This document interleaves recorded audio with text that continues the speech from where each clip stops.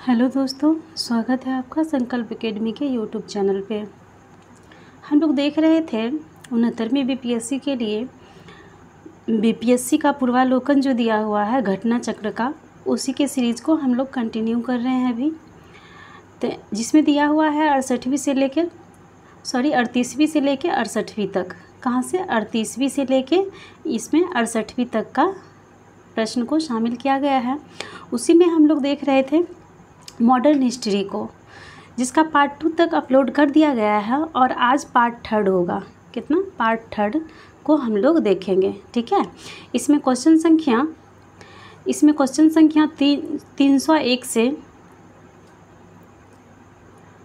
302 से 301 तक हम लोग कर लिए थे। 302 से देखेंगे आज हम लोग, ठीक है।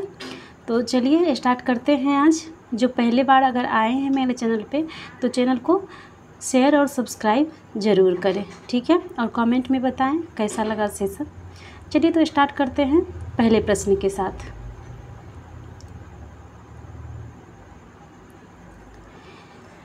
इस सीरीज का पहला प्रश्न है, एक सेकेंड, 301 नंबर तक हम लोग देख चुके हैं पिछले वीडियो में। जिन्होंने नहीं देखा है जाके देख लीजिए, प्लेलिस्ट में सारा वीडियो आपको मिल जाएगा। चलिए 302 नंबर क्वेश्चन से स्टार्ट करते हैं। निम्न उद्योगपतियों से कौन से व्यक्ति लंबे समय तक AICC के खजांची रहे तथा सन 1930 में जेल भी गए थे? तो कौन गए थे? ये जमनालाल बजाज थे। कौन थे? जमनालाल बजाज थे। देखिए डिस्क्रिप्शन में क्या दिया हुआ है कि सेठ जमनालाल बजाज गांधी जी के निकट सहयोगी में से थे। वे भारतीय राष्ट्रीय कांग्रेस के कोषाध्यक्ष थे। वह वर्ष 1930 में जेल गए। वह ब्रिटिश सरकार द्वारा राय बहादुर की पदवी त्याग कर वर्ष 1921 में असहयोग आंदोलन में भाग लिए। अगले प्रश्न पे चलते हैं। अगला प्रश्न है हमारा, महात्मा गांधी ने सर्वप्रथम किस किसान आंदोलन में भाग लिए थे? किस में भाग लिए थे? तो ये चंपारण सत्याग्रह में सबसे पहले 1917 में जो हुआ था उसमें महात्मा गांधी सर्वप्रथम भाग लिए थे। गांधी जी के चंपारण सत्याग्रह किससे जुड़ा हुआ है? तो ये 3 कठिया प्रणाली से जुड़ा हुआ है, ठीक है। गांधी जी का चंपारण सत्याग्रह जो 1917 में हुआ था वो 3 कठिया प्रणाली से जुड़ा हुआ है, ठीक है, जो जिसमें नील की खेती 3/20 भाग में की जाती थी। अगले प्रश्न पे चलते हैं कि बिहार में 3 कठिया पद्धति में नील की खेती के लिए भूमि का कितना % भाग अमानत रखा जाता था? अभी जस्ट हम लोग पढ़े थे कि 3/20 भाग, कितना? 3/20 भाग रखा जाता था। चंपारण आंदोलन में कौन से संबंधित नहीं था? इसमें कह रहा है कि चंपारण आंदोलन से कौन से संबंधित नहीं था, तो ये जयप्रकाश नारायण हो जाएंगे। कौन हो जाएंगे? जयप्रकाश नारायण चंपारण आंदोलन से संबंधित नहीं थे। चंपारण आंदोलन 1917 में गांधी जी का साथ राजेंद्र प्रसाद, अनुग्रह नारायण सिन्हा, JV कृपलानी, महादेव देसाई, नरहरि पारेख आदि बुद्धिजीवियों ने दिया था। जबकि जयप्रकाश नारायण की बात करेंगे तो इनका सहयोग असहयोग आंदोलन में नहीं बल्कि कांग्रेस समाजवादी पार्टी से संबंधित रखते थे। ये 1917 के चंपारण सत्याग्रह से कौन से संबंधित नहीं है? फिर कह रहा है वही कि कौन से संबंधित नहीं है, तो ये हो जाएगा राम मनोहर लोहिया। अभी हम लोग ऊपर जो नाम पढ़े थे जिसमें राजेंद्र प्रसाद, अनुग्रह नारायण सिन्हा, JV कृपलानी, महादेव देसाई, नरहरि पारेख आदि थे, जिसमें राम मनोहर लोहिया का नाम शामिल नहीं किया गया है। अखिल भारतीय किसान सभा के प्रथम सत्र की अध्यक्षता किसने की थी? तो ये स्वामी सहजानंद ने किए थे। कौन किए थे? स्वामी सहजानंद ने अखिल भारतीय किसान सभा की पहले सत्र की अध्यक्षता किए थे। अप्रैल 1936 में लखनऊ में अखिल भारतीय किसान कांग्रेस की स्थापना हुई, जिसका नाम बदलकर अखिल भारतीय किसान सभा कर दिया गया। बिहार प्रांतीय किसान सभा के लड़ाकू संस्थापक स्वामी सहजानंद सरस्वती इसके अध्यक्ष और आंध्र में किसान आंदोलन के अगुवा तथा कृषि क्षेत्र की समस्याओं के विद्वान NG रंगा महासचिव चुने गए। फैजपुर में कांग्रेस सत्र के साथ अखिल भारतीय किसान कांग्रेस का भी दूसरा सत्र चला, जिसकी अध्यक्षता किसने किए थे? तो NG रंगा ने किए थे। बम्बई में अखिल भारतीय व्यापार संघ कांग्रेस की स्थापना कब हुई थी? तो ये 1920 में हुई थी। अखिल भारतीय व्यापार संघ की स्थापना कब हुई थी? तो 1920 में बम्बई में हुई थी। MN जोशी के द्वारा एवं जोसेफ बैपिटिस्टा तथा लाला लाजपत राय के प्रयासों से अखिल भारतीय व्यापार संघ कांग्रेस का अखिल भारतीय ट्रेड यूनियन कांग्रेस की स्थापना हुई। 31 अक्टूबर 1920 में। लाला लाजपत राय इसके प्रथम अध्यक्ष बने और दीवान चमनलाल प्रथम महासचिव बने। कौन बने महासचिव? तो दीवान चमनलाल प्रथम महासचिव बने।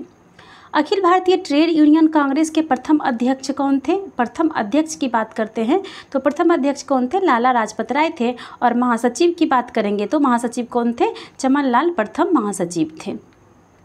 नेक्स्ट प्रश्न पे चलते हैं। नेक्स्ट क्वेश्चन है हमारा कि कम्युनिस्ट इंटरनेशनल का सदस्य बनने वाला पहला भारतीय कौन था? पहला भारतीय कौन था? तो ये एम.एन. राय था। कौन था? एम.एन. राय था कम्युनिस्ट इंटरनेशनल का सदस्य बनने वाला। कम्युनिस्ट इंटरनेशनल की बात करेंगे तो ये इस्टेब्लिश 1919 में व्लादिमीर लेनिन और रूसी पार्टी द्वारा की गई थी। एम.एन. राय लेनिन ने निमंत्रण पर मॉस्को गए तथा कम्युनिस्ट इंटरनेशनल के सदस्य बने।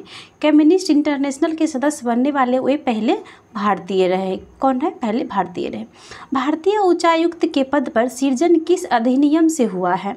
तो किस अधिनियम से हुआ है? इसका सही उत्तर हो जाएगा भारत सरकार अधिनियम 1919। कौन हो जाएगा? भारत सरकार अधिनियम 1919 इसका सही उत्तर हो जाएगा।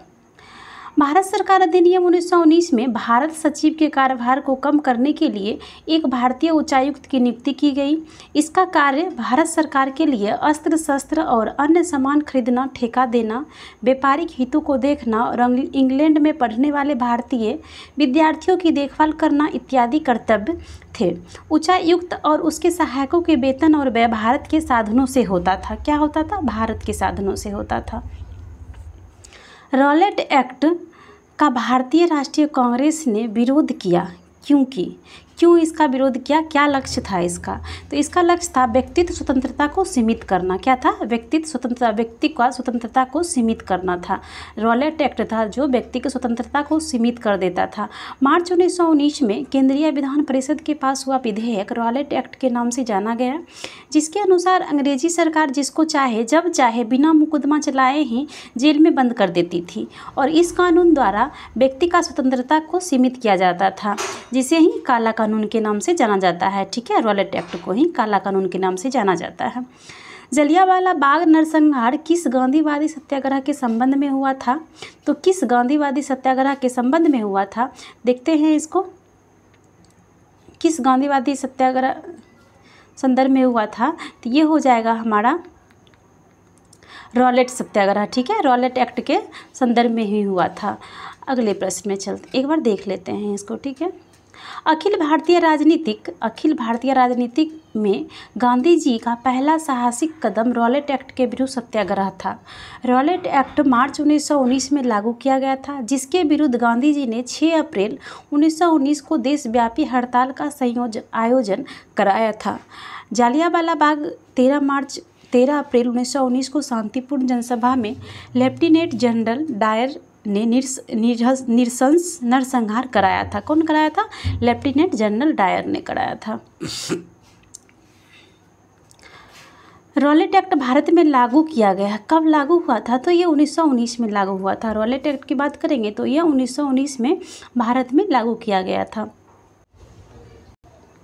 भारत में बढ़ रही क्रांतिकारी गतिविधियों को कुचलने के लिए सरकार ने 1917 में न्यायाधीश सिडनी रॉलेट की अध्यक्षता में एक समिति गठित की, जिसका उद्देश्य आतंकवाद को कुचलने के लिए एक प्रभावी योजना का निर्माण करना था।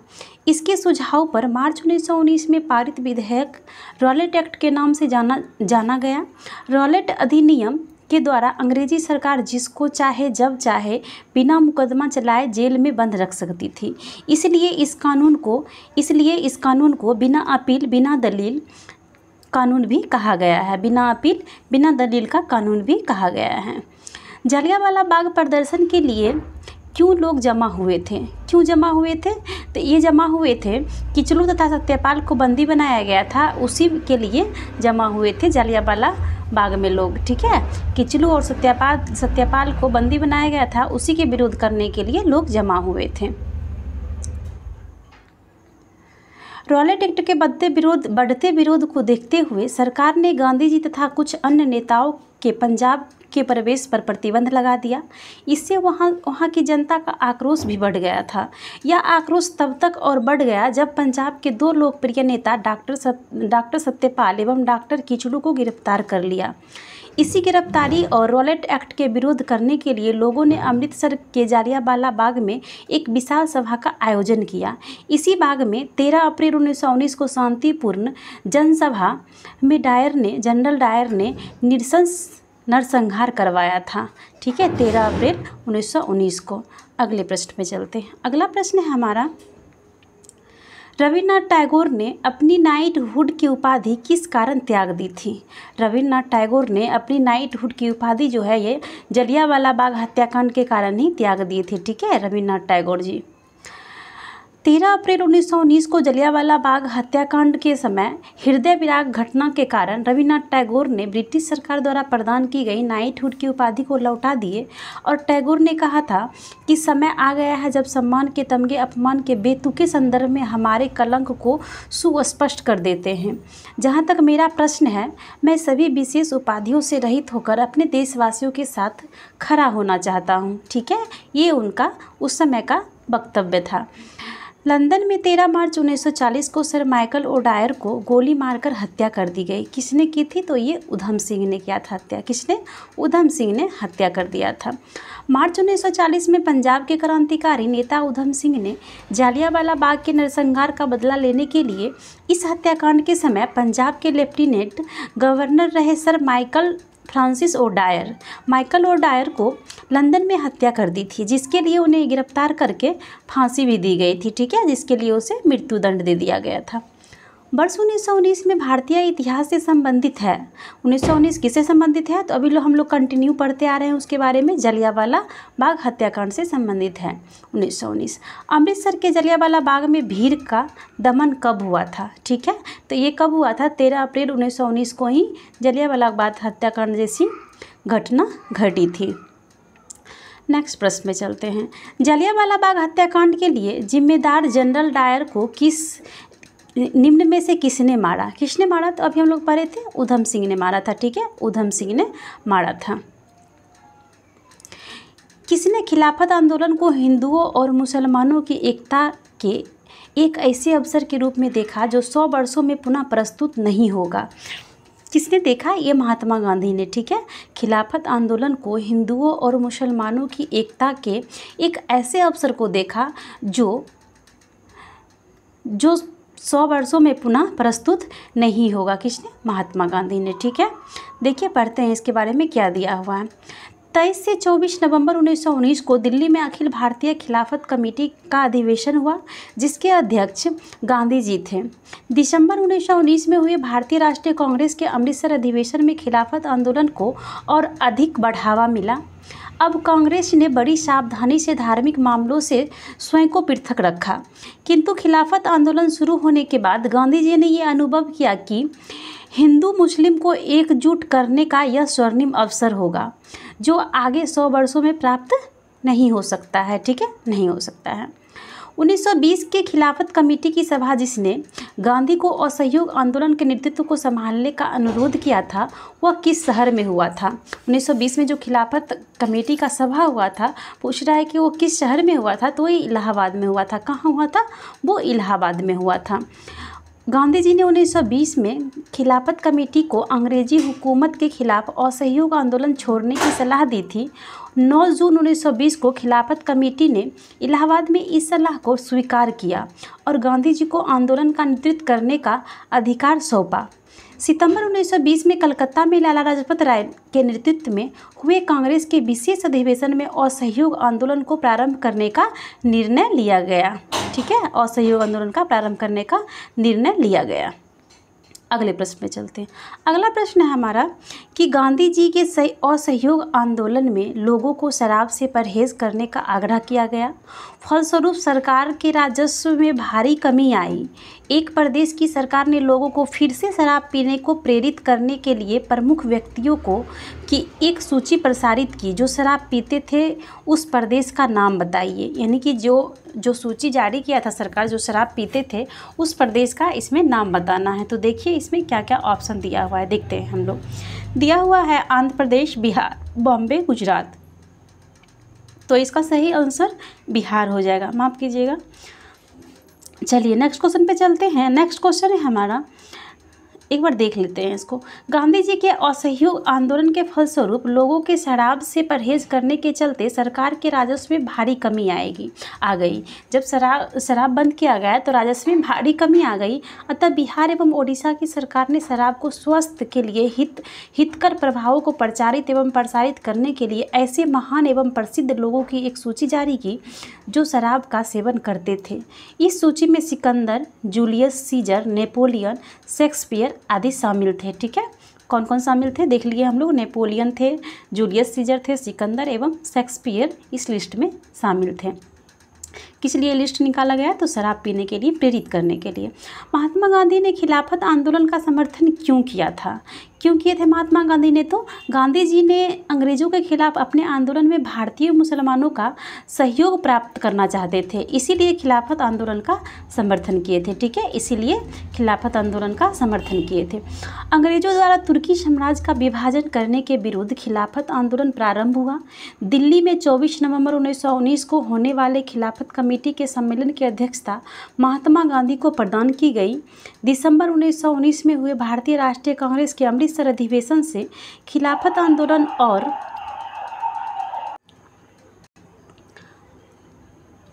अंग्रेज़ों द्वारा तुर्की साम्राज्य का विभाजन करने के विरुद्ध खिलाफत आंदोलन प्रारंभ हुआ। दिल्ली में 24 नवंबर 1919 को होने वाले खिलाफत कमेटी के सम्मेलन की अध्यक्षता महात्मा गांधी को प्रदान की गई। दिसंबर 1919 में हुए भारतीय राष्ट्रीय कांग्रेस के अमृतसर अधिवेशन से खिलाफत आंदोलन और अधिक बढ़ावा मिला। गांधी जी ने इसे हिंदू मुस्लिम का एकता की एक ऐसे स्वर्णिम अवसर के रूप में देखा जो आगे 100 वर्षों में भी प्राप्त नहीं हो सकता था। ठीक है, तदनुसार उन्होंने अंग्रेज़ों के विरुद्ध आंदोलन में भारतीय मुसलमानों का सहयोग प्राप्त करने के लिए खिलाफत आंदोलन का समर्थन किए थे। भारतीय राष्ट्रीय कांग्रेस ने असहयोग आंदोलन में किस वर्ष प्रारंभ किया? असहयोग आंदोलन किस वर्ष प्रारंभ किया? तो ये 1920 में। कब किया गया था? 1920 में असहयोग आंदोलन प्रारंभ किया गया था। वर्ष 1920 में कलकत्ता में कांग्रेस के विशेष अधिवेशन में पास हुए असहयोग संबंधी प्रस्ताव को दिसंबर 1920 में नागपुर में हुए कांग्रेस के वार्षिक अधिवेशन में पुष्टि कर दी गई। फलस्वरूप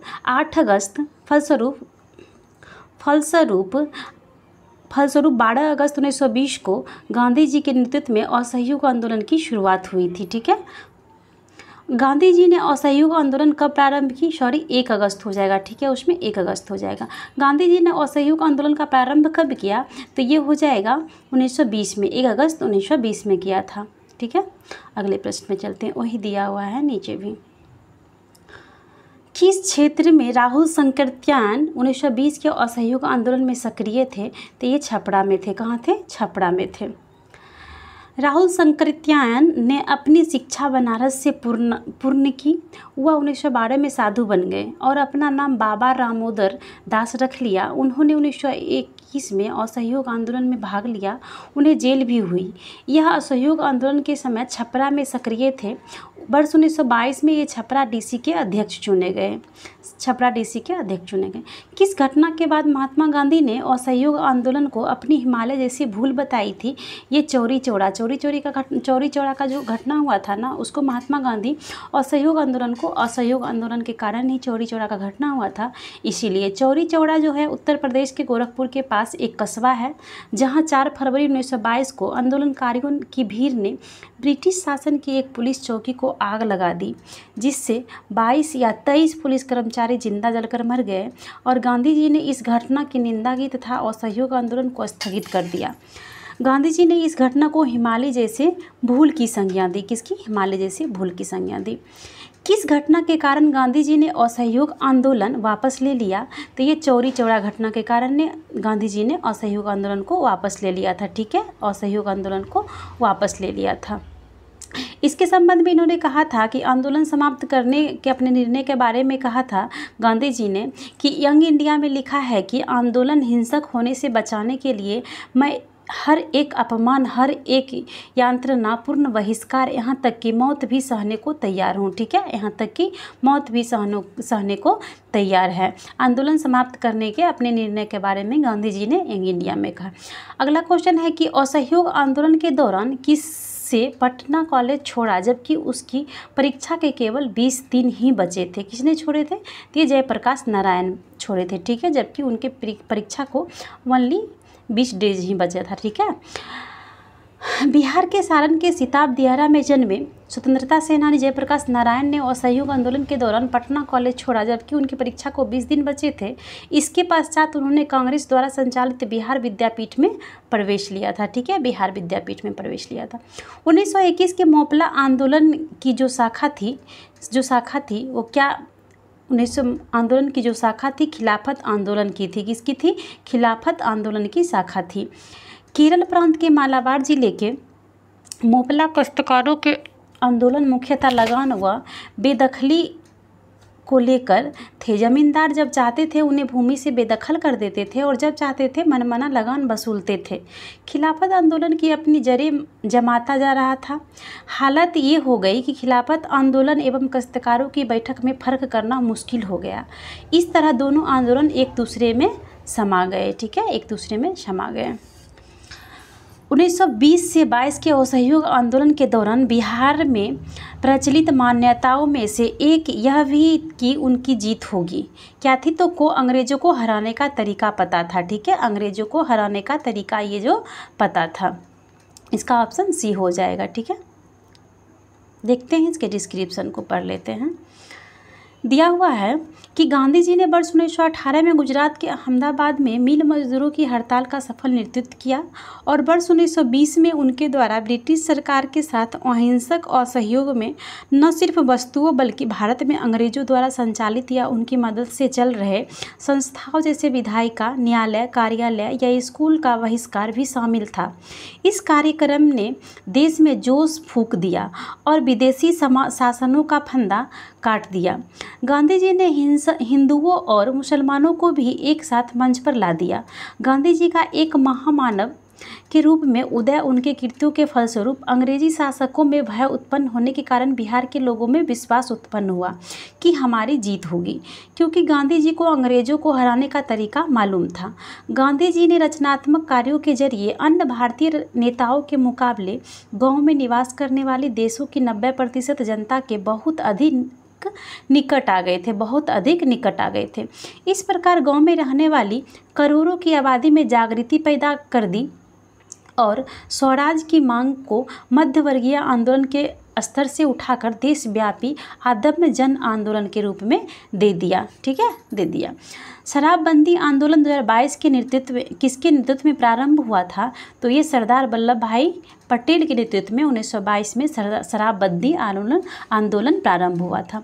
गुजरात के सूरत जिले में स्थित बारदोली वर्ष 1928 के बाद राजनीतिक गतिविधियों का केंद्र बन गया। बारदोली के मेहता बंधुओं तथा दयालजी देसाई ने किसान के समर्थनों में वर्ष 1928 से आंदोलन चलाया। बाद में इसका नेतृत्व सरदार वल्लभ भाई पटेल ने किया। पटेल के नेतृत्व में ही 1928 में कोई कर नहीं यानी कि शराबबंदी आंदोलन चलाया गया। जानकारी हो कि कर न अदायगी का आंदोलन गांधी जी ने असहयोग आंदोलन के दौरान 1922 में बारदोली से चलाने का विचार बनाया था, लेकिन चौड़ी चौड़ा की घटना के कारण यह योजना स्थगित कर दी गई।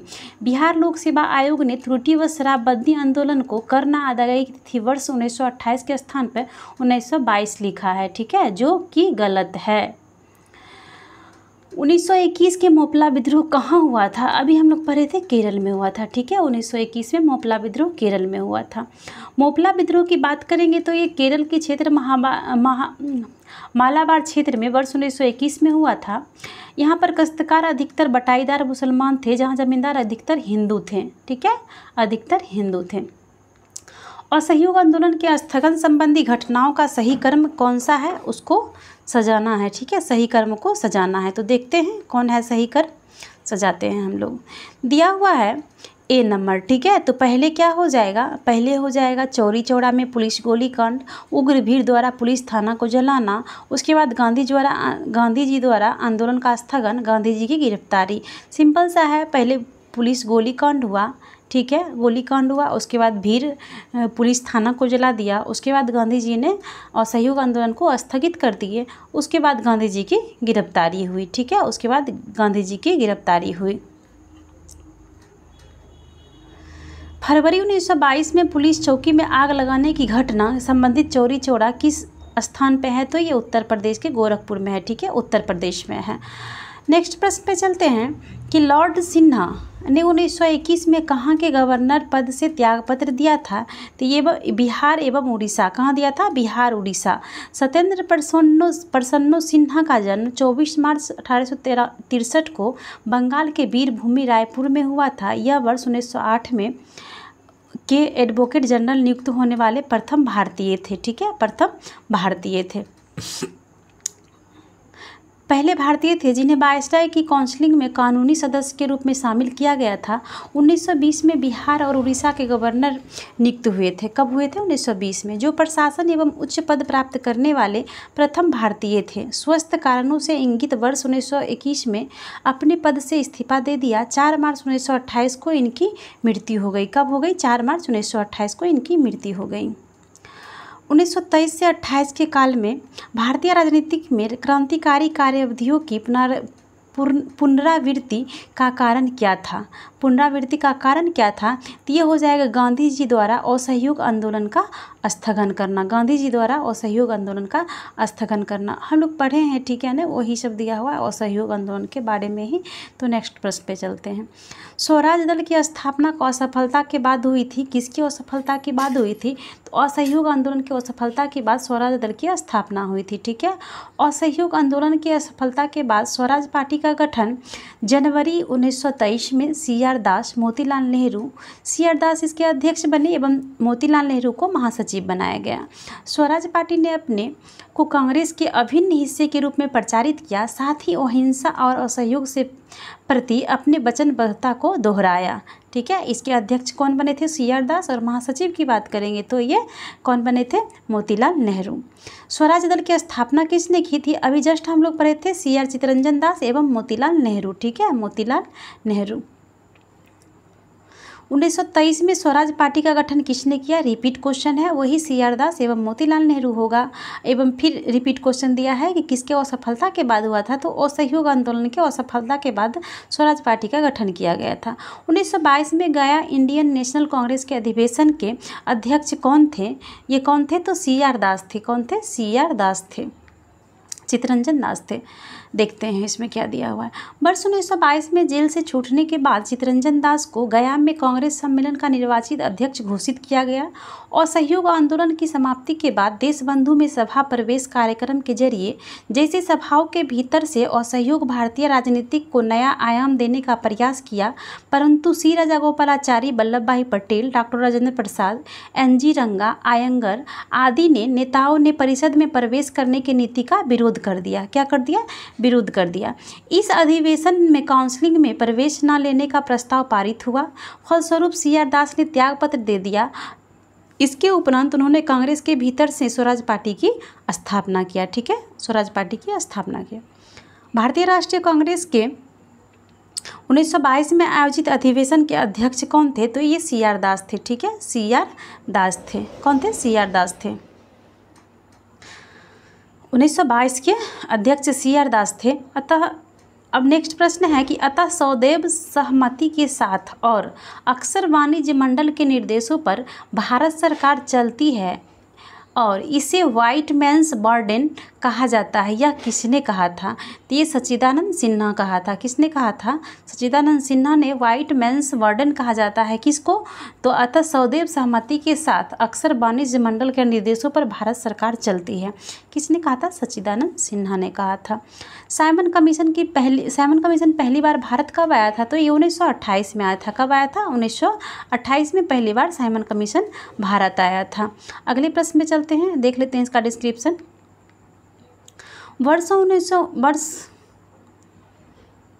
वर्ष 1919 के एक्ट में 10 वर्षों पर इसकी समीक्षा हेतु एक संवैधानिक आयोग के गठन का प्रावधान था।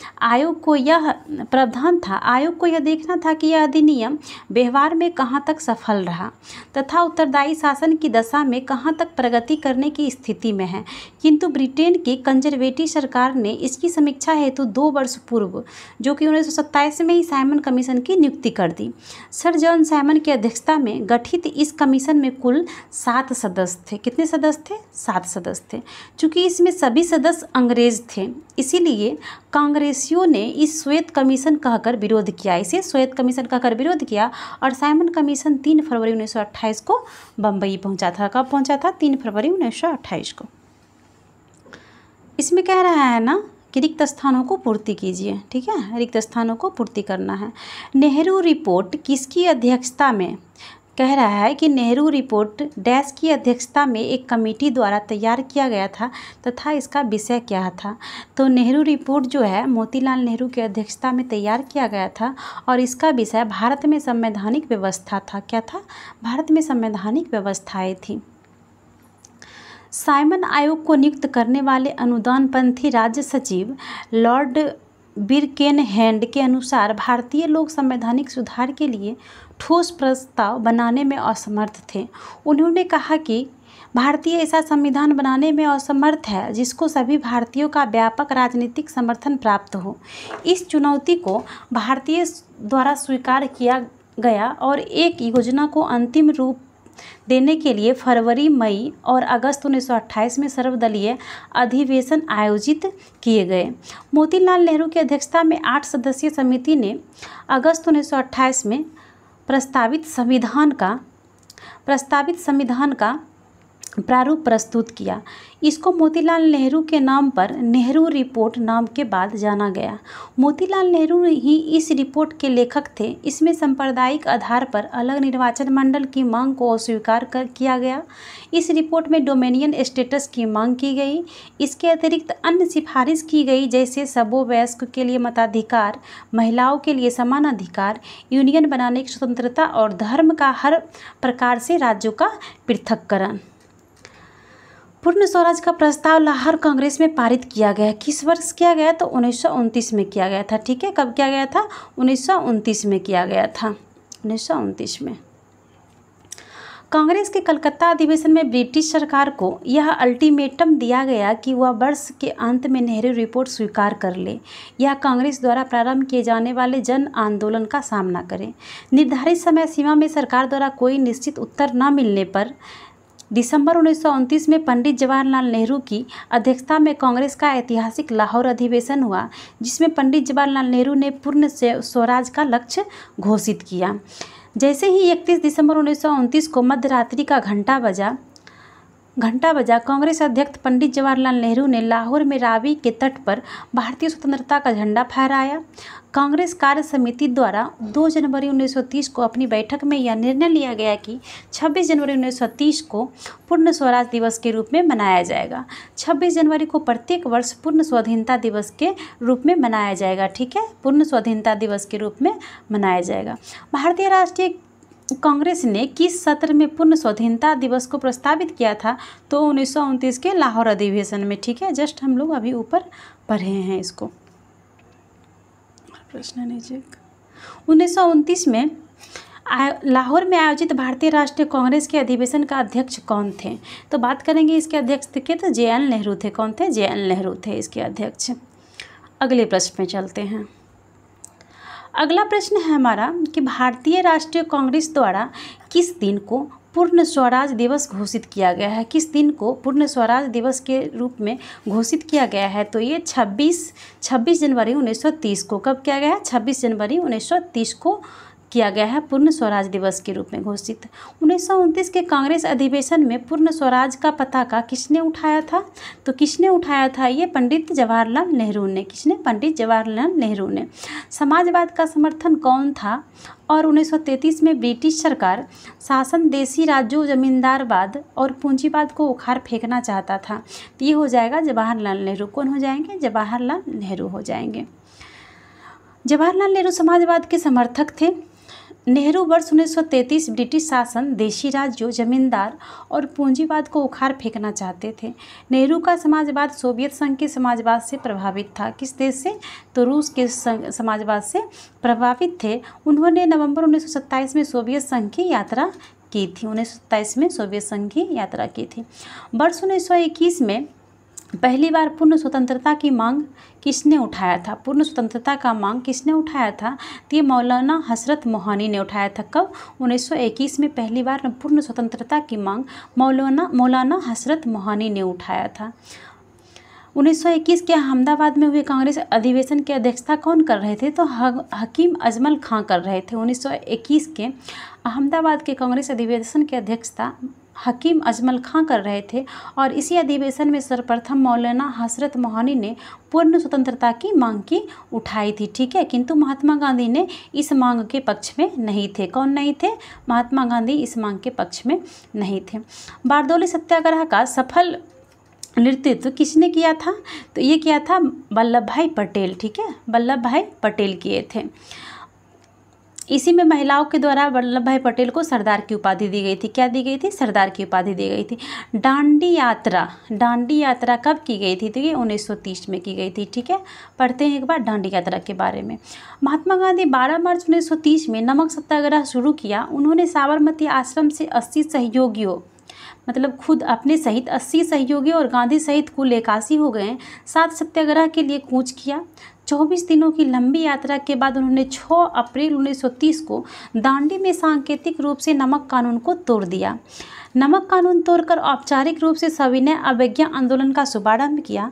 सविनय अवज्ञा आंदोलन गांधी जी के नेतृत्व में पूरे देश में फैल गया। क्या हुआ? पूरे देश में फैल गया। तत्पश्चात तमिलनाडु में गांधीवादी नेता सी राजागोपालाचारी ने चेनगोंड आश्रम से तिरुचिरापल्ली के बेदरायन तक नमक यात्रा की। ठीक है, नमक यात्रा की। 1930 में महात्मा गांधी ने सविनय अवज्ञा आंदोलन कहाँ से प्रारंभ किया? तो ये साबरमती से प्रारंभ किया था। कहाँ से प्रारंभ किया था? साबरमती से प्रारंभ किया था। नमक सत्याग्रह के दौरान बिहार में लोगों में नमक बनाने के साथ साथ किस कर के विरोध के द्वारा सरकार का विरोध किया गया? तो ये चौकीदारी कर का किया गया था। किसका? चौकीदारी कर का किया गया था। महात्मा गांधी ने 12 मार्च 1930 को अपना प्रसिद्ध दांडी मार्च शुरू किया। उन्होंने साबरमती आश्रम से चुने हुए साथियों के साथ सत्याग्रह के लिए कूच किया। 24 दिन की लंबी यात्रा के बाद उन्होंने 6 अप्रैल 1930 को दांडी में सांकेतिक रूप से नमक कानून भंग किया और इस प्रकार नमक कानून तोड़कर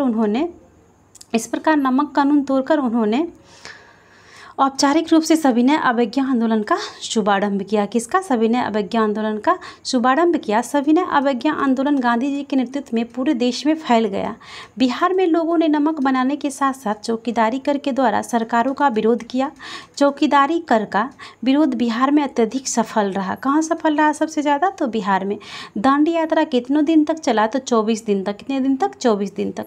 1929 में खुदाई खिदमतगार को किसने संगठित किया था? तो ये खान अब्दुल गफ्फार खान के थे। कौन के थे? अब्दुल गफ्फार खान के थे। ठीक है, उत्तर पश्चिमी सीमा प्रांत में खान अब्दुल गफ्फार खान के नेतृत्व में खुदाई खिदमतगार नामक स्वयंसेवक संगठन स्थापित किया गया।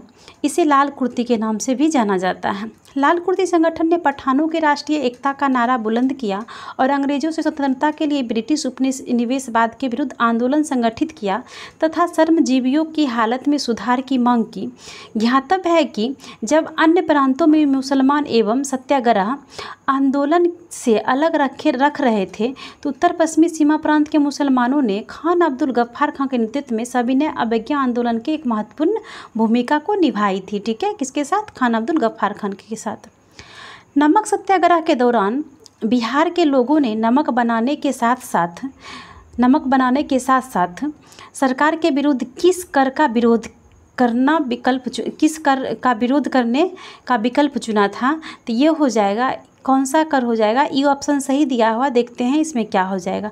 6 अप्रैल 1930 से बिहार के सारण जिले में नमक सत्याग्रह की शुरुआत हुई। सारण और चंपारण जिले सत्याग्रह शुरू करने का वाले बिहार 2 जिला था। ठीक है, ये 2 जिला हो जाएगा, इसमें 2 जिला हो जाएगा। अगला क्वेश्चन है, श्री कृष्ण सिंह द्वारा गठित बिहार की निर्वाचित सरकार ने फरवरी 1938 में किस कारण से इस्तीफा दे दिया था? किस कारण से इस्तीफा दिया था? तो इसमें दे दिया था, एक से अधिक दिया हुआ है, ठीक है ना, नहीं सॉरी, राजनीतिक कैदियों को छोड़ने के कारण दिया था। किसके कारण? राजनीतिक कैदियों को छोड़ने के कारण दे दिया था। किसने चंपारण सत्याग्रह के दौरान बिहार में गांधी जी की जान बचाई थी? तो ये बत्तख मियाँ बचाई थी, ठीक है, जो 68वीं बीपीएससी में पूछा गया, ठीक है। चंपारण सत्याग्रह के दौरान बिहार में गांधी जी की जान किसने बचाई थी? तो बत्तख मियाँ बचाए थे। कौन थे ये चंपारण सत्याग्रह के दौरान बत्तख मियाँ? जो एक अंग्रेज अधिकारी के खानसमा रसोइया थे, इन्होंने ही गांधी जी की जान बचाई थी। असहयोग आंदोलन के दौरान किसने बिहार में किसान की अगुवाई की थी? किसने की थी? तो ये स्वामी विद्यानंद किए थे। किसने? स्वामी विद्यानंद किए थे। महात्मा गांधी द्वारा असहयोग आंदोलन 1 अगस्त 1920 को शुरू किया गया था। इस आंदोलन में डॉक्टर राजेंद्र प्रसाद, ब्रज किशोर प्रसाद, मजरूल हक, हसन इमाम, मोहम्मद शफी आदि प्रमुख नेताओं ने बिहार के नेतृत्व किया था। परंतु बिहार में असहयोग आंदोलन के दौरान किसान आंदोलन का नेतृत्व कौन किए थे? तो स्वामी विद्यानंद किए थे। स्वामी विद्यानंद किए थे। प्रथम बार संघर्ष के तरीकों के रूप में स्वदेशी एवं बहिष्कार किसके दौरान अपनाए गए थे? किसके द्वारा अपनाया गया था? तो ये बंगाल विभाजन के दौरान अपनाया गया था, ठीक है। ब्रिटिश सरकार ने 20 जुलाई 1905 को बंगाल विभाजन के निर्णय की घोषणा की। 7 अगस्त 1905 को कलकत्ता के टाउन हॉल में हुई ऐतिहासिक बैठक में स्वदेशी आंदोलन की विधिवत घोषणा कर दी। इसी में ऐतिहासिक बहिष्कार प्रस्ताव पारित किया गया था, ठीक है, इसी में किया गया था। 1906 में आयोजित भारतीय राष्ट्रीय कांग्रेस के कलकत्ता अधिवेशन में भारत के लिए स्वराज का झंडा किसके द्वारा फहराया गया? ये दादा भाई नौरोजी के द्वारा फहराया गया। किसके द्वारा? दादा भाई नौरोजी के द्वारा। स्वतंत्रता संग्राम के दौरान भारतीय राज्यों कश्मीर, हैदराबाद, निजाम, ट्रावनकोर आदि जैसे भारतीय शासकों द्वारा शासित राज्य में एक समांतर आंदोलन शुरू किया। उसका नाम क्या था? तो उसका नाम हो जाएगा उसका नाम क्या था? उसका नाम हो जाएगा प्रजामंडल आंदोलन, ठीक है, प्रजामंडल आंदोलन। भारतीय स्वतंत्रता संग्राम के बारे में निम्नलिखित में से कौन सा कथन सही नहीं है? सही नहीं है, हमको ये कथन को देखना है, तो ठीक है, इसमें हो जाएगा वर्ष 1921 में महात्मा गांधी को गिरफ्तार कर लिया गया। ये कथन हमारा गलत है। और असहयोग आंदोलन की शुरुआत 1 अगस्त 1920 को हुई थी, जिसमें 4 फरवरी 1922 को चौरी चौरा का कांड हुआ था और 12 फरवरी 1922 को बारदौली में हुई कांग्रेस की बैठक में आंदोलन को स्थगित करने का निर्णय लिया गया। इसके पश्चात 10 मार्च 1992 को महात्मा गांधी को गिरफ्तार किया गया था। कब किया गया था? 10 मार्च 1992।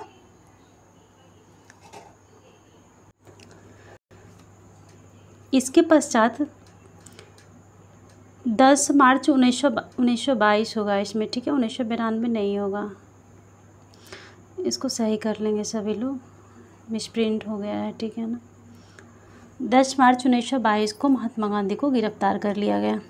अब्दुल कलाम आज़ाद के द्वारा किस पत्रिका को संपादित किया गया? किस पत्रिका को संपादित किया गया? तो ये अल हिलाल को किया गया है। किसको किया गया? अल हिलाल को किया गया। अब्दुल कलाम आज़ाद भारत के पहले शिक्षा मंत्री थे। अल हिलाल, इंडियन विंस, फ्रीडम, गुब्बारे खातिर आदि इनकी प्रमुख रचनाएं हैं, जबकि जमींदार एवं द कॉमरेड की रचना क्रमशः सिराजुद्दीन एवं मौलाना मोहम्मद अली द्वारा की गई है। किसके द्वारा? सिराजुद्दौला एवं मौलाना मोहम्मद अली के द्वारा किया गया है। अगले प्रश्न में चलते हैं। 19वीं शताब्दी के अंत में इतिहास के अध्ययन में भारत में राष्ट्रीयता की भावना पैदा करने में किस प्रकार मदद की है? तो देखते हैं हम इस कथन को, ठीक है ना, इस कथन को देखते हैं। दिया हुआ है कि ब्रिटिश शासन के तहत दयनीय स्थिति को बदलने और संघर्ष करने के लिए लोगों से आग्रह, इतिहास की पुनर्व्याख्या करके और अंग्रेजों द्वारा भारतीयों को पिछड़ा, आदिम और खुद पर शासन करने में असमर्थ के रूप में चित्रित करने का खंडन करके, भारत के गौरवशाली अतीत के बारे में लिखकर और लोगों से उनकी उपलब्धियों पर गर्व करने का आग्रह करके। तो इसका आंसर जो 1 से अधिक दिया है, ठीक है ना, उपयुक्त में से 1 से अधिक दिया है। दिया हुआ है कि विकल्पगत सभी कथन 19वीं शताब्दी के अंत में इतिहास के अध्ययन ने भारत में राष्ट्रीयता की भावना पैदा करने में सहायता की थी। तो सभी कथन जो हो जाएगा वो सत्य हो जाएगा, ठीक है, सभी कथन सत्य हो जाएगा। नेक्स्ट क्वेश्चन वो भी कथन वाला है, देखते हैं कि नगरों में असहयोग आंदोलन के संबंध में निम्नलिखित में से कौन से कथन सही नहीं है। सही नहीं है वो देखना है। आंदोलन में केवल उच्च जातियों और अमीरों ने भाग लिया था। मद्रास की जस्टिस पार्टी द्वारा की गई काउंसिलिंग के चुनाव का बहिष्कार किया गया। हजारों छात्र ने सरकारी नियंत्रण वाले स्कूल को छोड़ दिया। प्रधानाध्यापकों और शिक्षकों ने इस्तीफा दे दिया और वकीलों ने अपनी प्रैक्टिस छोड़ दी थी। तो कौन सा कथन सही नहीं है? ये हमारा 1 और 2 सही नहीं है। 1 और 2 आंदोलन में केवल उच्च जाति और अमीरों ने भाग लिया था, ये गलत है। और मद्रास की जस्टिस पार्टी द्वारा काउंसिलिंग के चुनाव में बहिष्कार कर दिया गया, ये भी हमारा गलत है। अगले प्रश्न पे चलते हैं।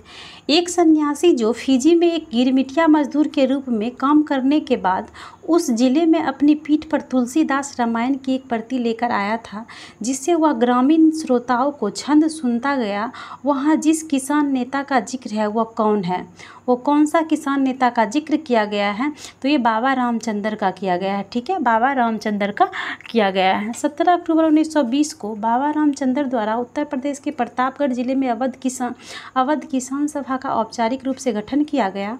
प्रश्न में दिया गया कथन बाबा रामचंद्र के संदर्भ में है, जो फिजी में एक गिरमिटिया मजदूर के रूप में काम करने के बाद भारत आए और एक सन्यासी के रूप में जीवन यापन करने लगे। ऑल इंडिया हरिजन संघ की स्थापना 1932 में किसके द्वारा की गई थी? तो ये की गई थी महात्मा गांधी के द्वारा। किसके द्वारा? महात्मा गांधी के द्वारा की गई थी। नेक्स्ट प्रश्न में चलते हैं। 20 फरवरी 1947 ईस्वी को प्रधानमंत्री एटली ने भारत से ब्रिटिश शासन को कब तक वापस लेने की घोषणा की? तो ये जून 1948 में की थी। कब की थी? जून 1948 में की थी। स्वराज दल की स्थापना बिहार में किसने की थी? स्वराज दल की स्थापना बिहार में श्री कृष्ण सिंह ने की थी। किसने? बिहार में श्री कृष्ण सिंह ने की थी। बेगूसराय के चौकीदार के विरुद्ध आंदोलन में एक हिस्सा था, किसका हिस्सा था? तो सविनय अवज्ञा आंदोलन का हिस्सा था, ठीक है। दिसंबर 1930 में सविनय अवज्ञा आंदोलन के दौरान उत्तरी बिहार के सारण जिले में बिहोर नामक स्थान पर चौकीदारी टैक्स के विरोध में प्रदर्शन हुआ। प्रदर्शनकारियों ने बंदूक से 27 बार छर्रे दागे, जाने की परवाह नहीं की। अगले महीने बेगूसराय, जो उस समय मुंगेर जिला में आता था, ठीक है, अभी तो अलग होकर बेगूसराय जिला हो गया अपना। बेगूसराय में स्वतंत्रता दिवस के लिए एकत्रित भीड़ में भारी संख्या में ग्रामवासी आकर सम्मिलित हो गए और उपमंडल अधिकारी को एक गड्ढे में खदेड़ दिया।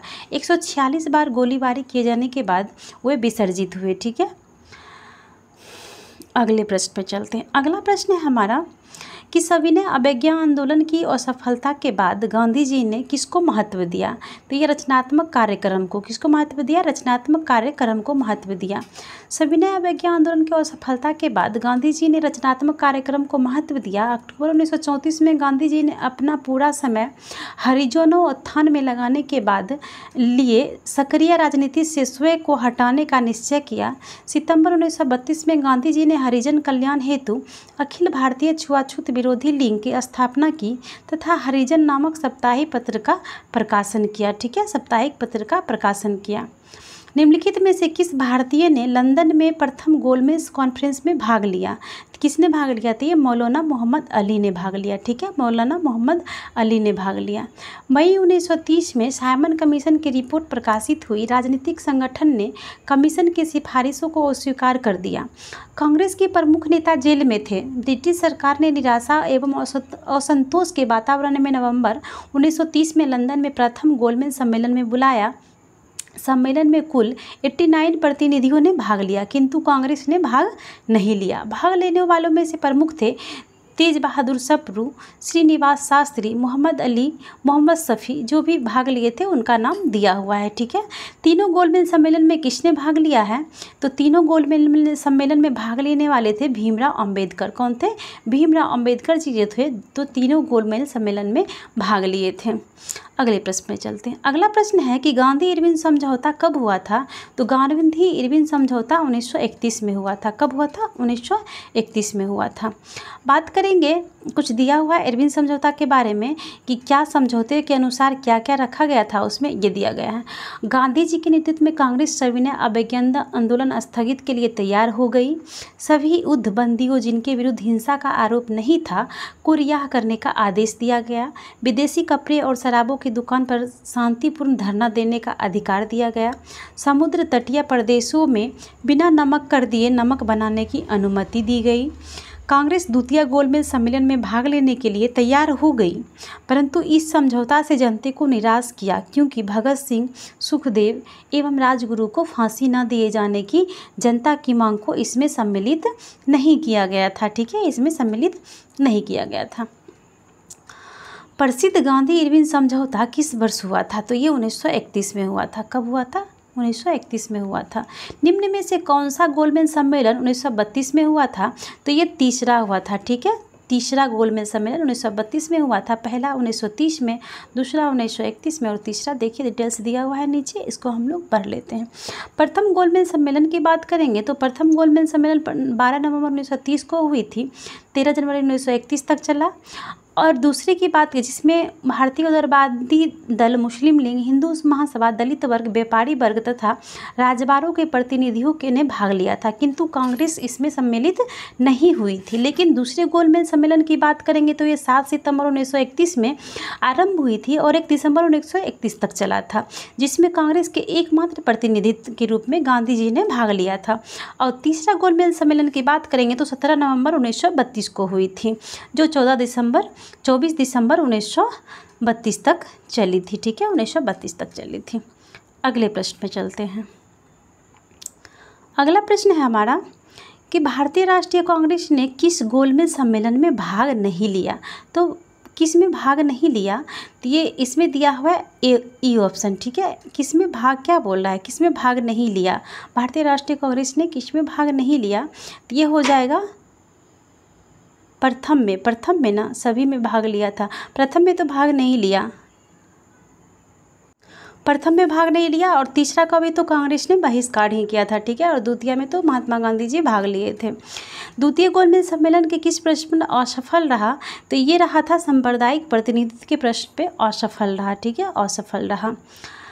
महात्मा गांधी दिसंबर 1931 में खाली हाथ कहाँ से भारत लौटे थे? तो ये लंदन से खाली हाथ भारत लौटे थे। ठीक है, लंदन से। महात्मा गांधी ने कांग्रेस के एकमात्र प्रतिनिधित्व के रूप में 17 दिसंबर 1931 से प्रारंभ द्वितीय गोलमेज सम्मेलन में भाग लिया, किंतु 28 दिसंबर 1931 को वह लंदन से खाली हाथ निराश होकर बम्बई पहुंचे। स्वदेश पहुंचने पर उन्होंने कहा, यह सच है कि मैं खाली हाथ लौटा हूं, किंतु मुझे संतोष है कि जो ध्वज मुझे सौंपा गया मैंने उसे नीचे नहीं होने दिया और उसके सम्मान के लिए साथ समझौता नहीं किया। ठीक है, साथ समझौता नहीं किया। अगले प्रश्न पे चलते हैं कि गांधी इरविन समझौता के हस्ताक्षरित होने में किससे महत्वपूर्ण भूमिका निभाई? तो ये तेज बहादुर सप्रू ने महत्वपूर्ण भूमिका निभाई। ठीक है, तेज बहादुर सप्रू ने।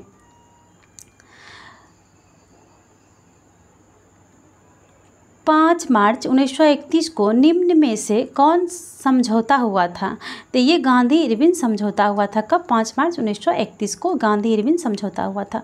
अगस्त 1932 के रैमजे मैकडोनाल्ड के सांप्रदायिक प्रचंड के अनुसार द्वारा पहली बार एक पृथक निर्वाचन समूह बनाया गया। कहाँ, किसके लिए बनाया गया? तो अछूतों के लिए बनाया गया था। ये अछूतों के लिए बनाया गया था। ब्रिटिश प्रधानमंत्री रैमजे मैकडोनाल्ड ने 16 अगस्त 1932 को सांप्रदायिक निर्णय प्रस्तुत किया, जिसके अंतर्गत प्रत्येक अल्पसंख्यक समुदाय के लिए विधानमंडलों में कुछ सीटें सुरक्षित कर दी गई, जिनके सदस्यों का चुनाव पृथक निर्वाचन मंडलों द्वारा किया जाना था। मुसलमान और सिख, ईसाई, आंग्ल भारतीय महिलाओं को तो पहले से ही अल्पसंख्यक माना जाता था। अब इस नए कानून के अंतर्गत दलित वर्ग को अल्पसंख्यक मानकर अलग कर दिया, हिंदुओं से अलग कर दिया गया। ठीक है, हिंदुओं से अलग कर दिया गया। सांप्रदायिक अवार्ड में एवं पूना पैक्ट में क्रमशः दलित वर्ग के लिए कितने सीट थी? तो ये 71 एवं 148 थी। कितना थी? 71 एवं 148। सांप्रदायिक अवार्ड में 71 थी और पूना पैक्ट में 148 थी। कितनी थी? 148 थी। पूना समझौते का उद्देश्य क्या था? तो ये दलित वर्ग को प्रतिनिधित्व देना था। क्या था? दलित वर्ग का प्रतिनिधित्व दिलाना पूना पैक्ट का मुख्य उद्देश्य था। बहिष्कृत भारत जनरल किसने शुरू किया? बहिष्कृत भारत जनरल की बात करेंगे तो ये भीमराव अंबेडकर शुरू किया था। ठीक है, बहिष्कृत भारत। इन्होंने जुलाई 1924 में बम्बई में बहिष्कृत हितकारिणी सभा की स्थापना किया था। ठीक है, स्थापना किया था। अपने किस कार्यकारिणी कमेटी में कांग्रेस ने भू स्वामित्व को समाप्त करने की नीति अपनाई थी? तो ये कार्यकारिणी कमेटी 1937 में। किस कार्यकारिणी कमेटी में कांग्रेस ने भू स्वामित्व को समाप्त करने की नीति अपनाई थी? तो कार्यकारिणी समिति 1937 में अपनाई थी यह नीति। किसके द्वारा कलकत्ता में एशियाटिक सोसाइटी की स्थापना की गई? तो ये सर विलियम जोन्स के द्वारा। किसके द्वारा? सर विलियम जोन्स के द्वारा कलकत्ता में एशियाटिक सोसाइटी की स्थापना की गई थी। कब की गई थी? 1784 में की गई थी। ये 1784 में की गई थी। ब्रिटिश शासन के दौरान निम्नलिखित घटनाओं को कालाक्रमानुसार व्यवस्थित कीजिए। क्या करना है? कर्म अनुसार इसको व्यवस्थित करना है। ठीक है, यहाँ देख लेते हैं हम लोग। दांडी मार्च की बात करेंगे तो 1930 में हुआ था। साइमन आयोग के गठन की बात करेंगे तो 1927 में हुई थी। और पूना समझौता की बात करेंगे तो ये 1932 में हुई थी। कब हुई थी? 1932 में। और गांधी इरविन समझौता की बात करेंगे तो ये 1931 में हुई थी। इसका आंसर सही बी हो जाएगा। ठीक है, मिला लीजिएगा आप लोग। भारतीय स्वतंत्रता संग्राम के दौरान प्रार्थना समाज की स्थापना किसने की थी? तो ये आत्माराम पांडुरंग ने की थी। कौन की थी?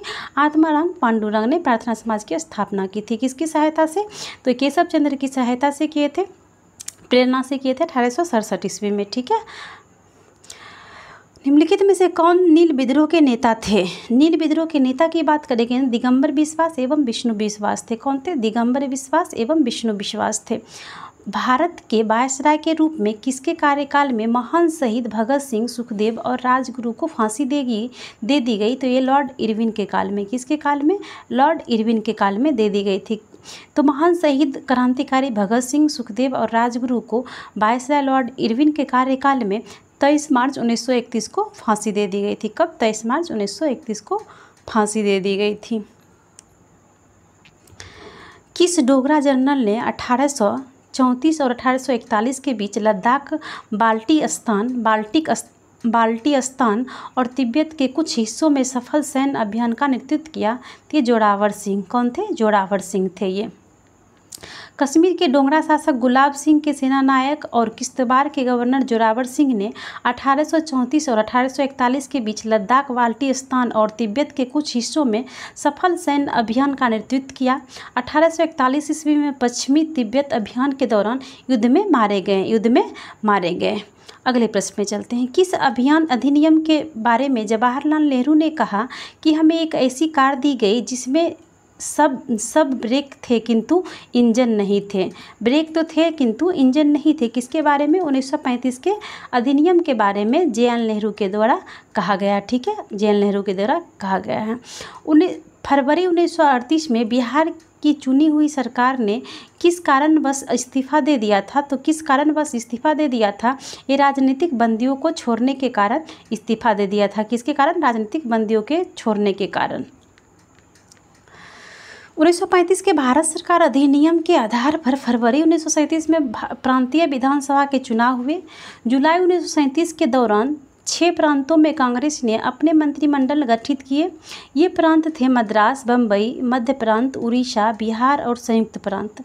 वर्ष 1937 के चुनाव में राजनीतिक कैदियों की रिहाई कांग्रेस के प्रमुख मुद्दों में से एक था। कांग्रेस के विभिन्न राज्यों की सरकारों ने राजनीतिक कैदियों को रिहा करने का प्रयास किया, परंतु राज्य के गवर्नरों ने इस प्रयास का विरोध किया। परिणाम स्वरूप उत्तर प्रदेश एवं बिहार की चुनी हुई कांग्रेस सरकारों ने फरवरी 1938 में इस्तीफा दे दिया। ठीक है, 1938 में इस्तीफा दे दिया। नेक्स्ट प्रश्न में चलते हैं। बिहार किसान सभा ने कौन जुड़ा हुआ था, बिहार किसान सभा से कौन जुड़ा हुआ था? देखते हैं, ये ऑप्शन दिया है, देखते हैं कौन कौन से जुड़ा हुआ था। बिहार में किसान सभा आंदोलन की शुरुआत स्वामी स्वजानंद सरस्वती के नेतृत्व में हुई थी। स्वामी स्वजानंद सरस्वती ने वर्ष 1929 में बिहार किसान सभा की स्थापना की। इस सभा का विस्तार बिहार के गाँव में करने में उन्हें कार्यानंद शर्मा, राहुल संकृत्यायन, पंचानंद शर्मा, यदुनंदन शर्मा आदि वामपंथी नेता सहयोग किए थे। ठीक है, इसलिए इसमें से एक से अधिक ऑप्शन दिया गया है। अगले प्रश्न में चलते हैं। कांग्रेस सोशलिस्ट पार्टी की पहली बैठक कब कहाँ हुई थी? कांग्रेस सोशलिस्ट पार्टी की पहली बैठक कहाँ हुई थी? ये पटना में हुई थी 1934 में। कब हुई थी? 1934 में। अखिल भारतीय किसान कांग्रेस का गठन कब किया गया था? 1936 में किया गया था। कब किया गया था? 1936 में लखनऊ में किया गया था, इसका स्थापना किया गया था। ठीक है, लखनऊ में इसका स्थापना किया गया था। और फैजपुर में कांग्रेस सत्र के अखिल भारतीय किसान कांग्रेस की दूसरा सत्र चला, जिसकी अध्यक्षता NG रंगा ने किए थे। जिसकी अध्यक्षता NG रंगा ने किए थे। अगला प्रश्न है हमारा कि 1936 में लखनऊ में अखिल भारतीय किसान सभा का प्रथम अध्यक्ष किसे चुना गया? इसे स्वामी स्वजानंद सरस्वती को चुना गया। किसे चुना गया? स्वामी स्वजानंद सरस्वती को चुना गया।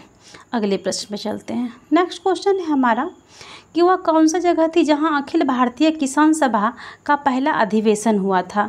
ये लखनऊ में हुआ था। ठीक है, लखनऊ में इसकी स्थापना कब हुई थी? 1936 में इसकी स्थापना की गई थी।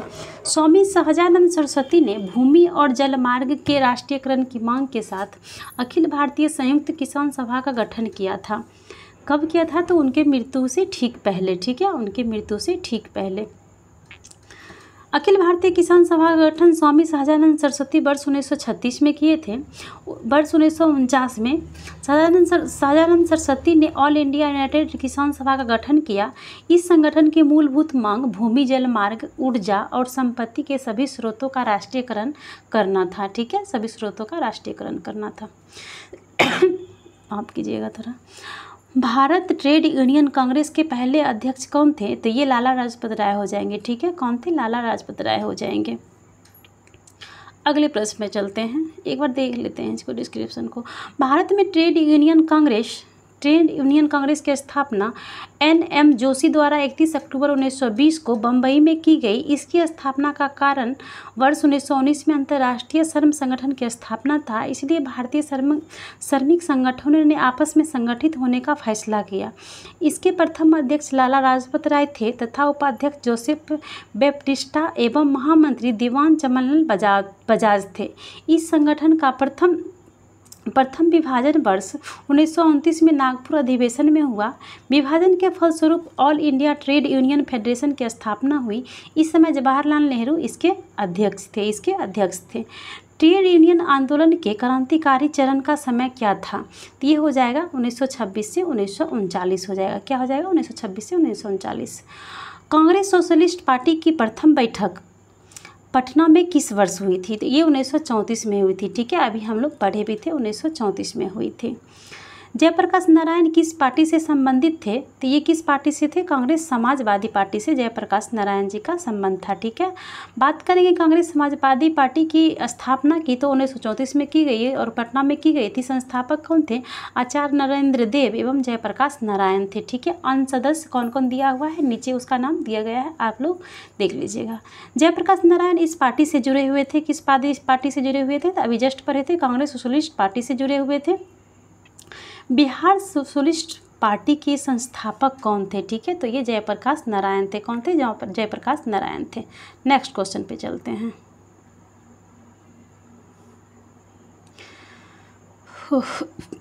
जयप्रकाश नारायण किस नाम से पहचाने जाते हैं? तो ये लोकनायक नाम से पहचाने जाते हैं। किस नाम से? लोकनायक के नाम से पहचाने जाते हैं। जयप्रकाश नारायण को लोकनायक के नाम से भी जाना जाता है। वर्ष 1942 में भारत छोड़ो आंदोलन के दौरान इन्होंने डॉक्टर राम मनोहर लोहिया तथा अरुणा असफ अली के साथ मिलकर गुप्त रूप से भारतीय जनता को संगठित किया था। इन्होंने 5 जून 1974 को पटना के गांधी मैदान में संपूर्ण क्रांति का आह्वान किया और 1999 मरणोपरांत इन्हें भारत रत्न भी दिया गया। किन्हें दिया गया? जयप्रकाश नारायण को। लोकनायक नाम से जयप्रकाश नारायण जाने जाते हैं। तो जयप्रकाश नारायण दिवस कब मनाया जाता है? तो ये अप्रैल दिवस मनाया गया पहली बार अप्रैल 1946 में मनाया गया। 12 अप्रैल 1946 को लाहौर जेल से रिहा होने के बाद जयप्रकाश नारायण दिवस मनाया गया था। ठीक है, जयप्रकाश नारायण दिवस मनाया गया था। 1938 में भारतीय राष्ट्रीय कांग्रेस के अध्यक्ष कौन निर्वाचित हुए? तो ये सुभाष चंद्र बोस हुए थे। ठीक है, कौन हुए थे? सुभाष चंद्र बोस। बात करेंगे 1938 को, तो ये हरिपुरा जो गुजरात में पड़ता है, अधिवेशन 1938 में सुभाष चंद्र बोस निर्विरोध अध्यक्ष बने थे। और सुभाष चंद्र बोस वर्ष 1939 में भी त्रिपुरी अधिवेशन के अध्यक्ष रहे। इसमें सीतारमैया को हराकर अध्यक्ष बने थे। किसे? पट्टाभी सीतारमैया को हराकर ये अध्यक्ष बने थे। लेकिन उन्होंने अप्रैल 1939 में अध्यक्ष पद से इस्तीफा दे दिया और उसके बाद डॉक्टर राजेंद्र प्रसाद सुभाष चंद्र के बोस की जगह पे नया कांग्रेस के अध्यक्ष बने। ठीक है, नया कांग्रेस के अध्यक्ष बने। प्रांतीय सरकारों का गठन निम्नलिखित में से किस अधिवेशन के तहत किया गया था? तो ये 1935 के अधिवेशन के तहत प्रांतीय सरकारों का गठन किया गया था, 1935 के तहत। कांग्रेस सोशलिस्ट पार्टी की प्रथम बैठक पटना में हुई थी। किस वर्ष हुई थी? 1935 में हुई थी। हम लोग देख लिए इस क्वेश्चन को। जयप्रकाश नारायण का संबंध कांग्रेस समाजवादी पार्टी से था, इसको भी देख लिए हैं। फिर दोहरा दिए हैं क्या? सॉरी, एक बार रिपीट हो गया है ये पेज। ठीक है, ये पेज नहीं होगा, ये पेज होगा हमारा। क्या था हमारा क्वेश्चन? कि हाँ, प्रांतीय सरकारों का गठन निम्नलिखित में से किस अधिवेशन के तहत हुआ था? तो 1935 के अधिवेशन को डिटेल्स में दिया गया है डिस्क्रिप्शन में, उसको हम लोग एक बार देख लेते हैं। ठीक है, एक बार देख लेते हैं। 1935 के भारत सरकार अधिनियम के आधार पर फरवरी 1937 में प्रांतीय विधानमंडल के चुनाव हुए, जिनमें कांग्रेस ने अपने प्रतिद्वंदी दलों का सफाया करते हुए 5 वर्ष जिसमें 65% मतों के साथ 215 में से 159 सीटें, बिहार में 75%, मध्य प्रांत में बरार, ये जो सारा डिटेल्स दिया हुआ है। ठीक है, इसको एक बार आप लोग पढ़ लीजिएगा खुद से ही। ठीक है, इसको हमें पढ़ने से कोई मतलब है ही नहीं। ठीक है, इसको खुद से पढ़ लीजिएगा। इंपीरियल कैडेट कॉर्प्स की स्थापना किसने की थी? तो ये लॉर्ड कर्जन ने की थी। किसकी? इंपीरियल कैडेट कॉर्प्स की स्थापना लॉर्ड कर्जन ने की थी। किसने? लॉर्ड कर्जन ने की थी। बात करेंगे लॉर्ड कर्जन ने, तो 1901 में इंपीरियल कैडेट कॉर्प्स की स्थापना की। इसका उद्देश्य था देशीय नरेशों के राजकुमारों एवं सामंतों के पुत्रों को सैनिक शिक्षा का प्रदान करना। क्या था? सैनिक शिक्षा का प्रदान करना। 1927 की बटलर कमेटी का क्या उद्देश्य था? तो 1927 के बटलर कमेटी का उद्देश्य था भारत सरकार तथा देशी राज्यों के मध्य संबंधों को सुधारना। किसका था उद्देश्य? बटलर कमेटी का उद्देश्य था। देखते हैं एक बार बटलर कमेटी के बारे में। बटलर समिति का बात करेंगे तो ये इसकी स्थापना 1927 में किया गया था। इसे भारतीय रियासत समिति भी कहते हैं। इसका उद्देश्य की बात करेंगे तो भारत सरकार तथा भारतीय रियासतों के बीच संबंधों की जांच करना तथा ब्रिटिश भारत और भारतीय रियासतों के बीच आर्थिक एवं वित्तीय संबंधों को सुधार हेतु सिफारिश करना। भारतीय नरेशों ने एक प्रसिद्ध वकील सर स्कॉट को कमेटी के सम्मुख उनका दृष्टिकोण प्रस्तुत करने के लिए नियुक्त किया था। ठीक है, नियुक्त किया था। अगले प्रश्न पे चलते हैं। अगला प्रश्न है हमारा कि All India State People's Conference का गठन कब किया गया? तो ये 1927 में किया गया था। किसका? All India State People's Conference की स्थापना 1927 में किया गया था। ठीक है, 1927 में किया गया था। इसमें दिया हुआ है कि अखिल भारतीय राज्य जन कॉन्फ्रेंस का आयोजन किया गया। इसमें विभिन्न रियासतों से 700 से अधिक राजनीतिक कार्यकर्ताओं ने भाग लिया था। ठीक है, द्वितीय विश्व युद्ध के समय ब्रिटिश के प्रधानमंत्री कौन थे? तो ये विंस्टन चर्चिल थे। कौन थे? द्वितीय विश्व युद्ध के समय ब्रिटिश प्रधानमंत्री विंस्टन चर्चिल थे। ठीक है, सीमांत गांधी के नाम से किसे जाना जाता है? तो खान अब्दुल गफ्फार खान को जाना जाता है। नाउ आर नेवर पैम्पलेट किसने जारी किया था? तो ये चौधरी रहमत अली किए थे। कौन किए थे? चौधरी रहमत अली ने लिखा था नाउ आर नेवर पैम्पलेट। ठीक है, कैम्ब्रिज विश्वविद्यालय के एक छात्र चौधरी रहमत अली ने वर्ष 1933 में लिखे एक पर्चे में, जिसका शीर्षक था अभी नहीं तो कभी नहीं, में एक नई असीमिता के लिए एक अलग राष्ट्रीय दर्जे की मांग की, जिसमें उसने पाकिस्तान का नाम की रचना किया था। प्रांतों के अक्षर में किया गया था पंजाब, अफगानिस्तान, कश्मीर, सिंध एवं बलूचिस्तान। ठीक है, पाकिस्तान जिसमें लिखा हुआ था। पाकिस्तान के अलग राज्य आंदोलन का नेतृत्व किसने किया था? तो ये मोहम्मद अली जिन्ना ने किया था। किसने? मोहम्मद अली जिन्ना ने किया था। मुस्लिम लीग द्वारा पाकिस्तान की स्थापना की मांग करने वाला प्रस्तावित पारित किया गया था, किस वर्ष किया गया था? तो 1940 में किया गया था। कब किया गया था? 1940 में किया गया था।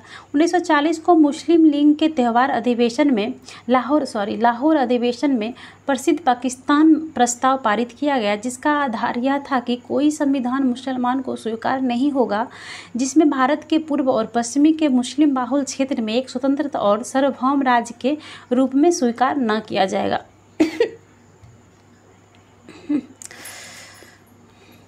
महात्मा गांधी द्वारा 1940 में प्रारंभ किए गए व्यक्तिगत सत्याग्रह के तीसरे सत्याग्रही कौन है? बात कर रहे हैं तीसरे सत्याग्रही के, तो ये हो जाएंगे ब्रह्मदत्त। कौन हो जाएंगे? ब्रह्मदत्त। पहले सत्याग्रही की बात करेंगे तो दादा भाई नौरोजी थे, और दूसरे की बात करेंगे तो ये हो आचार्य विनोबा भावे थे, और दूसरे की बात करेंगे तो जवाहरलाल नेहरू थे, और तीसरे की बात करेंगे तो ब्रह्मदत्त हो जाएंगे। ठीक है, पहले दिया हुआ भी है यहाँ पे, पहले है आचार्य विनोबा भावे, दूसरे हैं जवाहरलाल नेहरू, और तीसरे हो जाएंगे ब्रह्मदत्त। हमारे कौन हो जाएंगे? ब्रह्मदत्त हो जाएंगे। अगले प्रश्न में चलते हैं। व्यक्तिगत सत्याग्रह किसने आरंभ किया? तो व्यक्तिगत सत्याग्रह आचार्य विनोबा भावे ने आरंभ किया था। कब किया था? 17 अक्टूबर 1940 को किया था। व्यक्तिगत सत्याग्रह आंदोलन प्रथम सत्याग्रही कौन थे? अभी हम लोग पढ़े थे, आचार्य विनोबा भावे, जवाहरलाल नेहरू एवं ब्रह्मदत्त। ठीक है, किसी भी सरकार ने नहीं और अंग्रेजों ने भी नहीं जितना कि इस पठान ने काफ़ी बुद्धिमत्ता का परिचय दिया। शेरशाह सूरी ने किसके बारे में यह कथन कहा था? तो ये कथन किसके बारे में शेरशाह सूरी कहा था? H.G. कीन के बारे में। किसके बारे में? H.G. कीन के बारे में। H.G. कीन शेरशाह सूरी के बारे में लिखते हैं कि किसी भी सरकार ने नहीं और अंग्रेजों ने भी नहीं जितना इस पठान ने काफ़ी बुद्धिमत्ता का परिचय दिया। दरअसल शेरशाह के बारे में यह टिप्पणी उन्होंने इसलिए किया क्योंकि बहुत ही कम समय में शेरशाह ने भारत में मुगलों से सत्ता की बागडोर छीनकर अपने हाथ में ले लिया था। ठीक है, अपने हाथ में ले लिया था। ब्रिटिश का भर्ती सार्जेंट की उपाधि विश्व युद्ध के दौरान सरकार को अपना सहयोग देने के कारण किसको प्राप्त थी? तो ये महात्मा गांधी को प्राप्त थी। किसको? महात्मा गांधी को प्राप्त थी। पुस्तक इंडिया डिवाइडेड किसने लिखा था? तो ये राजेंद्र प्रसाद ने लिखे थे। इंडिया डिवाइडेड पुस्तक के लेखक कौन थे? राजेंद्र प्रसाद जी थे। ठीक है, इंडिया डिवाइडेड पुस्तक के लेखक भारत के पूर्व राष्ट्रपति डॉक्टर राजेंद्र प्रसाद हैं। इस पुस्तक के प्रथम संस्करण का प्रकाशन जनवरी 1946 में हुआ। इस पुस्तक को डॉक्टर राजेंद्र प्रसाद ने 6 भागों में बांटा है। इसमें उन्होंने मुख्यतः भारत के विभाजन के विभिन्न पहलुओं पे चर्चा किया है। ठीक है, भारत के विभाजन के विभिन्न पहलुओं पे चर्चा किया है। जवाहरलाल नेहरू के बौद्धिक विकास में फरवरी 1927 में ब्रुसेल्स कांग्रेस में औपनिवेशिक दमन और साम्राज्यवाद के विरुद्ध उनकी सक्रिय भागीदारी के साथ एक मोड़ आया। ये शब्द किसने लिखा? ये शब्द किसने लिखा है? तो ये शब्द एस गोपाल ने लिखा है। ठीक है, एस गोपाल ने लिखा है ये कथन, एस गोपाल ने। क्रिप्स के प्रस्ताव के वास्तव में हमें कुछ नहीं दिया। यदि हम प्रस्ताव को स्वीकार करते तो हमें भविष्य में पछताना पड़ता। युद्ध ने भारत को अपनी स्वतंत्रता प्राप्त करने का अच्छा अवसर प्रदान किया। केवल एक वचन पर आधारित होने के कारण हमें इसे खोना नहीं चाहिए। यह शब्द किसने कहा था? तो ये शब्द कहे थे, कौन कहे थे? ये शब्द मौलाना अबुल कलाम आज़ाद ने कहे थे। ठीक है, मौलाना अबुल कलाम आज़ाद ने कहे थे। किस घटना ने ब्रिटिश प्रधानमंत्री क्लेमेंट एटली को सदमा पहुंचाया जिससे घोषणा की कि ब्रिटिश साम्राज्यवाद की इमारतों को एक बड़ा झटका लगा? ठीक है, किसने कहा था? किसमें कहा गया? ये कहा गया है किसमें? एक सेकंड। आज़ाद हिंद फौज का सैन्य अभियान और शाही भारतीय जल सेना का विद्रोह में कहा गया है। ठीक है, नेक्स्ट प्रश्न में चलते हैं कि किसने स्वतंत्र भारत के पहले प्रधानमंत्री जवाहरलाल नेहरू के साहस और दूरदर्शिता के एक उत्कृष्ट नेता के रूप में अभिवादन किया? ये किसने किया है? तो ये लॉर्ड माउंटबेटन किया है। ठीक है, लॉर्ड माउंटबेटन किया है। तृतीय बौद्ध सभा का सभापतित्व किसने किया था? ठीक है, पूछ रहा है कि तृतीय बौद्ध संगति का अध्यक्ष कौन थे? तो ये मौग्लीपुत्तितस थे। कौन थे? मौग्लीपुत्तितस थे। ठीक है, बात करेंगे पहली की तो महाकश्यप, दूसरे की बात करेंगे सावक मीर, तीसरे की बात करेंगे तो मौग्लीपितिस, और चौथे की बात करेंगे तो अशुभ घोष। अशुभ घोष उपाध्यक्ष थे एवं अध्यक्ष बासुमित्र थे। ठीक है, अगले प्रश्न में चलते हैं कि जागीर बांटने एक सेकेंड। जागीर बांटने की फिरोज शाह तुगलक की नीति के पीछे कौन सी शक्ति थी? तो कौन सी शक्ति थी ये हो जाएगा समय की आवश्यकता। क्या हो जाएगा? समय की आवश्यकता। बंगाल प्रांत के साथ बिहार प्रांत को कब मिलाया गया था? तो ये मिलाया गया था 1733 में मिलाया गया था। कब मिलाया गया था? 1733 में मिलाया गया था। 1733 ईस्वी में बिहार सूबा का विलय बंगाल सूबा में किया गया था। ठीक है। किस ब्रिटिश अधिकारी ने भारत सरकार को सूचित किया कि पटना के मुसलमान पेशावर के नज़दीक 64वीं नेटिव इन्फेंट्री के साथ आपस में पत्र व्यवहार करते थे और याचना की कि ब्रिटिश के विरुद्ध बगावत करे? ठीक है। किसने कहा था? देखते हैं यहाँ पे दिया हुआ होगा। तो ये कहा था रॉबर्ट मोंटेगमेंगरी नामक ब्रिटिश अधिकारी ने कहा था। ठीक है। 1888 ईस्वी में इलाहाबाद में किस राजा ने भारतीय राष्ट्रीय कांग्रेस के चौथे अधिवेशन के संपन्न होने में बहुत बहुमूल्य सहायता प्रदान की थी? किसने सहायता प्रदान की थी? दरभंगा के राजा ने किया था। ठीक है। दरभंगा के राजा ने 11 अगस्त 1942 को पटना शहर में भारत छोड़ो आंदोलन का किन्होंने मार्गदर्शन किया? तो ये क्या था? नगर के अधीनस्थ नागरिकों ने। किसने? नगर के अधीनस्थ नागरिकों ने किया था। नगर के अधीनस्थ नागरिकों ने। नेक्स्ट क्वेश्चन है कि सर्वोदय शब्द का प्रयोग सर्वप्रथम किसने कहा था? तो ये महात्मा गांधी ने किए थे। ठीक है। महात्मा गांधी ने किए थे। सर्वोदय शब्द का प्रयोग सर्वप्रथम महात्मा गांधी ने किया था। आज के लिए इतना ही रहने देते हैं, दूसरे दिन देखेंगे। दूसरे दिन देखते हैं इसको। चलिए, कैसा लगा वीडियो ज़रूर बताइएगा। सभी को धन्यवाद। सभी को जय हिंद।